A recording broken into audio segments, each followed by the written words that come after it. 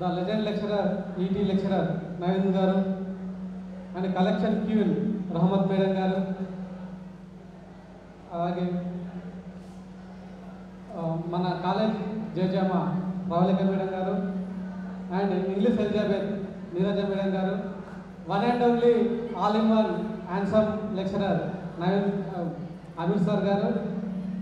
ఈరోజు మన ఇక్కడ సమావేశమైంది ఫేర్వెల్ పార్టీ. అంటే ఫస్ట్ ఇయర్ విద్యార్థులు సెకండ్ ఇయర్ విద్యార్థులకి వీడ్కోలు సమావేశం పలికే సందర్భం ఇది. అయితే ఈ యొక్క సెకండ్ ఇయర్ విద్యార్థులు నేను గత 2 సంవత్సరాలుగా చూస్తున్నాను కాబట్టి వాళ్ళు నేను ఏమి గ్రహించానో వాళ్ళు మంచి చెడు ఏంటి అనేది కాసేపు ఇక్కడ డిస్కస్ చేద్దాం.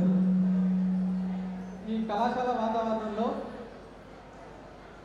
సెకండ్ ఇయర్ విద్యార్థులు ఒక 80% అమ్మాయిలందరూ ఈ కాలేజీ యొక్క రూల్స్ అండ్ రెగ్యులేషన్స్కి అనుకూలంగా ఉంటూ మంచి ప్రతిభను కనబరుస్తూ కాలేజీ పేరును నిలబెట్టే ప్రయత్నంలో చాలా ముందుగా ఉన్నారు.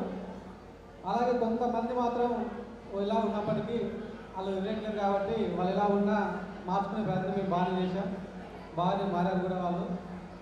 అలాగే ఈ కాలేజీ సావిత్రిబాయి ఫూలే కాలేజ్ అంటే కేవలం విద్యార్థులకు మాత్రమే కాదు, ఈవెన్ లెక్చరర్స్ కూడా డిసిప్లిన్ నేర్పించే ఇదొక గొప్ప యూనివర్సిటీ లాంటిది ఇది. కాబట్టి మీరు ఏ స్థాయిలో ఉన్న సావిత్రిబాయి ఫూలే కాలేజీ యొక్క ఈ గొప్పతనాన్ని, ఇందులో ఉన్న డిసిప్లిన్ని ఒక మెట్టుగా మీరు అన్వయించుకుంటూ భవిష్యత్తులో మరింత ఎదగాలని కోరుతూ, సెకండ్ ఇయర్ విద్యార్థులకి ఎగ్జామ్స్ దగ్గర వస్తున్నాయి.